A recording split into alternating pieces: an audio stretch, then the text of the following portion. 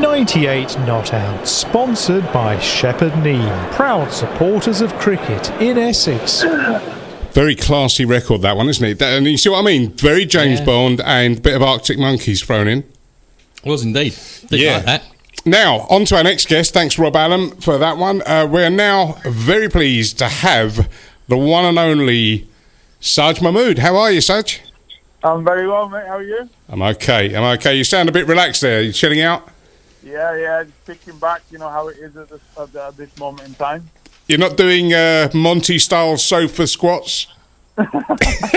No. To be fair, they're looking a little bit too dangerous for me. I'm not that adventurous. So I'll give them ones a miss. But I saw his press-up ones today. But you know what? I get a little bit worried with Monty because he's only doing 1 or 2 reps. Yeah. I'm wondering if his fitness levels have gone down or what. I'm not sure. Well, I saw the other day he had 2 of the dining room chairs there, and he put them up and he said, "All right, this is how you do tricep." Yeah. He did 2. It's a disaster, that look. Yeah, and then Peter Trigo went, "This is how you do it, mate." Did he? All right, Yeah. I've not seen A bit naughty. I think with Monty, he needs to get over onto his other social media channels and get more content available. That's what he can't do too long on exercises. He's a busy man. He is everywhere. He's on LBC every other day at the moment, and Which was something else that I spotted him. He's flying. But we got him doing his accents and his impressions, and that's where his future lies, definitely. All right. You got him singing, didn't you, on your Insta? Yeah. I've had him on twice, to be honest. The first time I spoke to him was just to catch up, really. I managed to get him to sing. And then the second time, he was raring to go with the singing. But Monty is good fun. We played together at Essex and England, and he was always singing always up to something anyway. That's right. I mean, I was just going to say that you were contemporary. I mean, that was quite an England side that you were part of in those days. Yeah, it was it was a solid England side. Some absolute legends playing in the side at the time, and to be a part of it was fantastic. And Freddie was there, part of it, wasn't he? Well. Freddie Flintoff. I suppose you've had him at Lancashire back then as well, wouldn't you? Yeah. To be fair, I had a lot of Freddie. Freddie and Jimmy. A lot of good times, a lot of good games, a lot of good experiences. I mean, all joking aside, as you say, and I'm chucking you in there with them. It was you all had fun. You were all characters, but there was some serious talent as well. Yeah, for sure. I mean, to be fair, any player that plays for England, they've got to have some sort of talent as well. But you look at people like Fred and Jimmy, they're very, very special cricketers. Jimmy's obviously still going. I'm not sure how he's doing it, but he's going. Yeah. And Fred, obviously, no surprise, has gone into TV. Like that, but yeah, very, very talented. Even the guys now, obviously, we got Cookie in there as well. Fred Essex and Cookie as well. Rav and these guys. All very, very talented people, and made a huge name in the game. We were just talking about fast bowling just before you came on, and we were talking about when Brett Lee was peppering Piers Morgan in the nets that time. And we were just saying, we've played club cricket. We haven't played to any, real high standard. But there's a massive difference between facing 70-mile-an-hour bowling and 90-mile-an-hour bowling. Now, you, with your height added to that, were serious trouble pounding in. First question is, how do you generate that amount of speed? Is there a particular secret you've got? To be honest, it's a difficult one to answer because sometimes I think pace is just a natural thing. So some people naturally just have pace, and then you get other guys who aren't that quick, but then sometimes modify their action to make them a little bit, so they can get a lot more out of their action, and they can put an extra couple of yards on through just changing their action, really. But yeah, to be fair, when I was 18, 19, I used to bowl rat pace. I used to bowl like 65, 70 miles an hour, so I wasn't quick at all, but I used to bowl big in-swinging boomerangs, really, and that's how I got into length, really, with really medium pace. And then one evening I watched Shoaib bowl on TV, and I thought, you know what? I'm going to go inside. I'm going to go into practice tomorrow an hour early.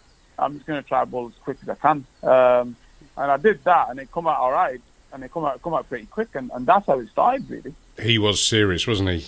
Yeah, he was a nasty piece of work.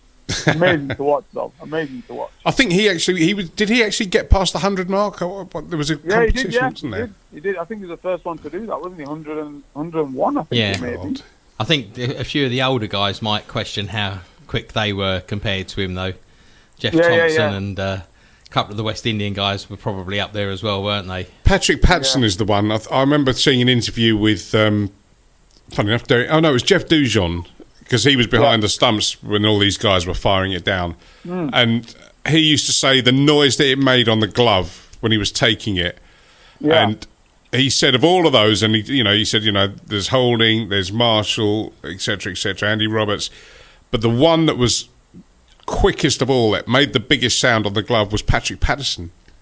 Oh, yeah. Not necessarily the most accurate or effective, but he could when he whiz it down. Get a glove on it. So you were talking about the other boys having careers away from cricket. Yeah. Tell me about this film, Victory. Oh, that is a blast from the past. I've done my research. All right. Excuse me. We was to be fair, my agent at the time got a call from some Bollywood producer, really, and he said, look, they're looking for some fast bowlers to come down to Australia for some filming. And to be fair, when I was growing up, I used to watch a lot of Bollywood, so I thought it could be quite cool, this, actually. Yeah. So I think there's me, Simon Jones, and I think it was Jimmy Mascarenas as well. Oh, right. So I think three of us went, we flew out to Oz. We were on there for about 4 days, I think, something like that. We did filming on just one of the days, and the filming was hectic, actually. I didn't know how much work actually went into producing a film. We started filming about 7 o'clock in the morning, but mind you, there's a lot of standing about as well. So we started at 7 in the morning. We didn't finish till about 11 in the evening, 11 at night.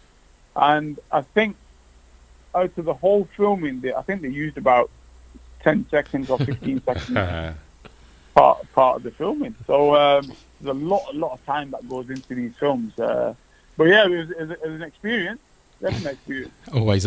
Saj, what are you up to these days? Because obviously you stopped.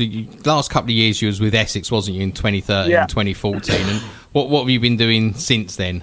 To be honest, the couple of years after I finished at Essex, I just spent a bit of time with the family. So I practically did nothing at all. I spent time at home. I spent a lot of time away from home whilst I was playing, and I felt like as though I missed out. So I spent a lot of time with the family. And then after that, I just got back into cricket. I actually started to do some coaching, and I really started to enjoy that. So I've massively got into coaching. I've done a little bit of stuff with the MTC Young Cricketers at Lords. I've started to do a little bit with Somerset just recently. And full time, I'm the head of cricket at a school in West London. Ah, which school are you at? A school called William Perkins. It's part of a trust, Twyford Trust Schools. So we had Alex Tudor last week, who's Kim Bolton's school, cricket professional, and then Jake Mickleborough the week before that, who would have been at Essex when you were there, Jakey. He was, yeah. And he's at Brentwood School over here as their cricket professional. So, nice. Yeah, it's good to hear that you're inspiring the youngsters out there. Have you spotted anyone that's going to be the next big thing in your school? There's a couple of guys. There's a couple of young cricketers, and the thing that surprises me is sometimes when you start to do one-to-ones with these, with some of the decent players, how quickly they improve. Yeah. And it's actually quite beneficial because you're constantly in the school and you're giving them one-to-ones whenever they need it, and it's all within school time, which is a massive benefit for these young players. So now they almost have the evenings to do either schoolwork, or if they wanted to do extra cricket again, they could get some more in. So it's a great thing that the schools do. And we've just set up an elite six format at the school where you get the education as well as getting the cricket with myself. So I'm pretty sure that's what the rest of the guys are doing in the schools. And I think it's amazing because I think cricket was just starting to die out, wasn't it, about 7-8 years ago? Yeah. Especially in schools. And I think bringing it back into schools in a big way, and obviously those guys winning the World Cup last year has given it a massive push, hasn't it? Where were you when that happened? Were you Where were you when the World Cup? I was actually just outside Lords. Oh, really? Yeah, I was just outside Lords because I hate going in and then going out, and if there's too many people there, I don't like traffic really. So I was literally just where the hotel is opposite Lords. I was just behind that in a restaurant, so I was watching it there with a couple of my friends and my brothers, and it was just amazing, wasn't it? You're not going to get a final like that. Oh, incredible! Anytime soon, that is for sure. I was sat in a car park at a restaurant in Barbados. Oh, lovely. And slightly different to behind the hotel in London. Well, yeah, but the radio signal was terrible, and I lost the signal at the climax of it all, and was trying to desperately get it on the BBC website to try and get to see the winning runs. Did you manage to catch it in the end? Well, I heard it eventually, and then when I got back, when we'd finished lunch, because it's 5 hours behind over there, and of course it was all over the TV back in the villa. So incredible. But you had a World Cup experience yourself, didn't you? In was it 2007 out in the West Indies? Yeah. And you got man of the match for a 3 for 27 against the Bangladeshis. Yeah, it was good. It was a bit up and down for us that World Cup. But yeah, it was an absolutely amazing experience just to be a part of it. To be honest with you, like I said, we had a lot of talent. We had a lot of good players as well, and we should have done a lot better than what we did. But at that era, we as a team were probably a little bit inconsistent. We just come off the back of a win, VB series win against like a triangular series against Australia and New Zealand. So we took a lot of confidence out of that. But then the World Cup series actually for us was a little bit up and down. We got beat by South Africa in a quite crucial game. I was there for that. But the experience was amazing again. It's something that'll live with me forever, really. I think it was sort of a transitional side, wasn't it? Because you had the 2005 Ashes, and then that team sort of drifted off quite quickly. And then guys like yourself, Ravi, Freddie, and even Cookie, I suppose, was sort of coming into the side, and he was playing one-day cricket at that time. So it was transitional, I think. So I don't think anyone can be you can't be too hard on yourself. To be fair, it was, because if you look at that side after that, well, I left. I had a double hernia after that, and then Brody come in, and Brody did amazingly well for England, and then that was probably it sort of kept me at the side for a very long time. That did, and very very much transitional side especially after 2005. I think Varney got injured massively as well, didn't he? That's right. Yeah. Fred captained the Ashes in Australia. Definitely. I think a lot of countries go through that transitional period, don't they? Who was captain for that 2007 World Cup? World Cup was it Collingwood or no? It was no. Varney actually came in because I remember the Bangladesh game where one of the batsmen, I can't remember who it was, hit an absolute dolly to Varney at mid-off and he dropped it, and then they went for a single and Varney picked it up and threw it straight over the stump. The person got run out. So I was like, bloody hell, Varney, you should have caught that for me. Give me an extra wicket. He was like, well, look, at least he's out. So that's fine. So I was like, all right. So, I'm pretty sure it was Varney. Could you have played more tests and one days than you did? Was it just a case of a bit unlucky with injuries and the other players that were around? Sorry, what was that again? Do you think you could have played more tests and one days than you did? I mean, what was it, 8 tests and 26 one-day internationals? Yeah. To be honest, I should have done. And I reckon I could have done. Probably not so much due to injury. Obviously, my consistency wasn't amazing, if truth be told, if I'm totally honest with myself. And I think the one thing I would have changed massively would have been the psychological side of the game. I think mindset should have been a lot better than what it was. I just imagined going out there bowling quick and that would be fine. Obviously, there's a lot more stuff that goes on. How to handle different pressures, how to handle crowds, how to handle maybe a bad spell that you've bowled, how to come back, the thought process. That's something I would definitely change. And it's something I definitely urge young cricketers who are listening to take on board, because sometimes when the pressure's high or you've bowled a bad ball, the last thing you want to do is think about that stuff. So you've got to almost think about what you want to happen, the processes you need to do to give yourselves the best chance to perform. So that's one thing I definitely changed. And if I did, I reckon earlier on, I'm pretty sure I'd have played a lot more cricket for England. Is that something that's changed? Obviously, it's Mental Health Awareness Week. Is that something that's changed a lot massively since you played? Is the mental health side of the game? Because I think that's sort of the breakdown of people like Marcus Trescothick and Jonathan Trott on tours really highlighted the problem, didn't it? Yeah, I mean, I think for me, it wasn't so much that.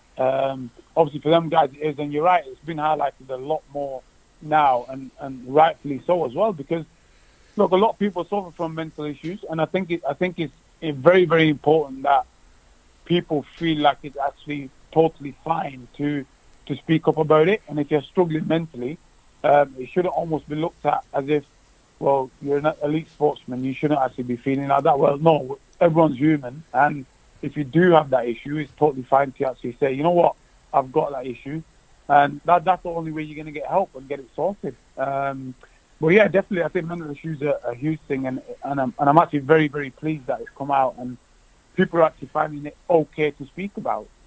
It's actually a very, very dangerous thing if you're not speaking about it. Yeah, it is, and it'll just get worse if you just bottle it. Was one of the pressures the fact you come from an Asian background? Because I mean, Moeen Ali's spoken about it, and I think Adil Rashid has as well, and I think Ravi has over the time. There seemed to be more pressure on you as a British Asian rather than just playing cricket. Yeah, it could be. I suppose it could be. But to be fair, as England cricketers, England cricket being Asian, playing in England is actually probably a very nice place to play. I can't imagine how it would have been like if we played in a place like India or Pakistan. The amount of pressure that they get there would be 100-fold what we get in England, I'd imagine. Cricket there is like a religion, players like God. I was just going to say about that, because amazingly on this show we have a lot of people listening in from Pakistan through the wonders of the internet. We've got, just looking through the people that have liked the page on Facebook, it's amazing the international following we get. And I know up where you are in Lancashire, there's a big Asian and Pakistani community up there. Just this week on Sky, they showed the MCC tour to Pakistan that happened recently. Can you give us and our listeners, and also to those that are listening in Pakistan, just some kind of feel for what the game is? You just said the players like gods, but I think it's really hard to kind of just say how big and how important cricket is to those guys. Out in India and Pakistan, you mean? Yeah. Yeah, look, it's their number one sport end of the day. It's like football is here in England for us. I mean, the experiences you get when you go out to India and Pakistan to play cricket is like no other. Like obviously, even when you play for England, you go out, you can actually just walk about in the street and you can have a normal life. When I went out to India, especially when you go out, you can't leave the hotel on your own. It's just impossible. And imagine the players who are actually playing for India, and even IPL teams and things like this. They literally cannot live a normal life. I was speaking to someone about that just recently as well. But it's very difficult for them guys just to walk down the street or just go and get coffee at a local coffee shop. They just can't do it. And look, when we went out there, it was an amazing experience just to go out there and see the love that the fans had for the game. Yeah. Absolute eye-opener. It was brilliant. And it's, I was just wondering, if you're out there touring with England and you're in the hotel, what food do they give you? Do they give you pie and chips, or you can have a word and say, look, give us some of the real stuff, eh? No, you know what? It was all right, because if you can speak Hindi, then you're actually all right. They can get on your wavelength a little bit, and they're like, oh yeah, we'll have a little bit of spice and etc. But to be fair, I think because England lads travelled there quite a bit, I think all the restaurants and people, they know that the players like quite traditional tasting food. Yeah. And to be fair, in India and Pakistan, these places like this, they have a lot of spices in the curry and a lot of masalas and that. So it actually, I reckon, they taste a lot more homely than they do when you go to normal curry houses in the UK. That's very different, isn't it?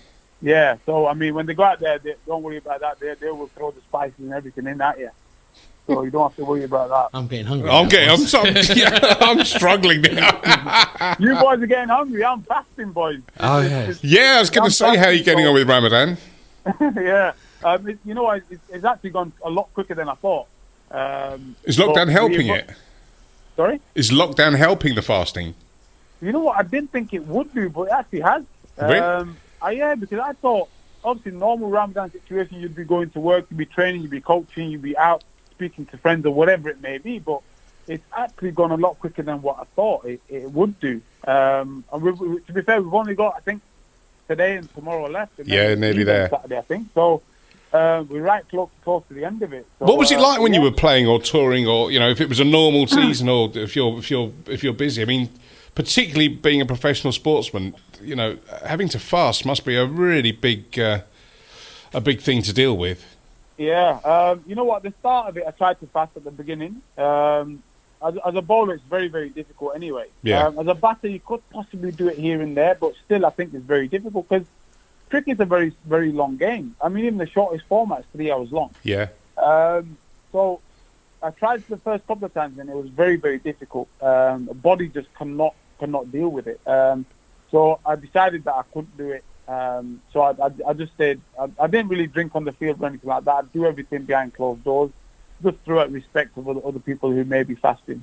But mate, it's so difficult to do it whilst playing or even training, really.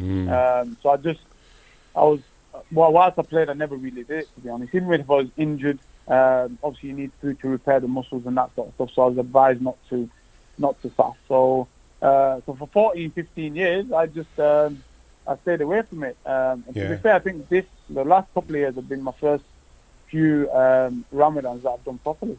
Oh, yeah, well done, and it must be incredibly demanding.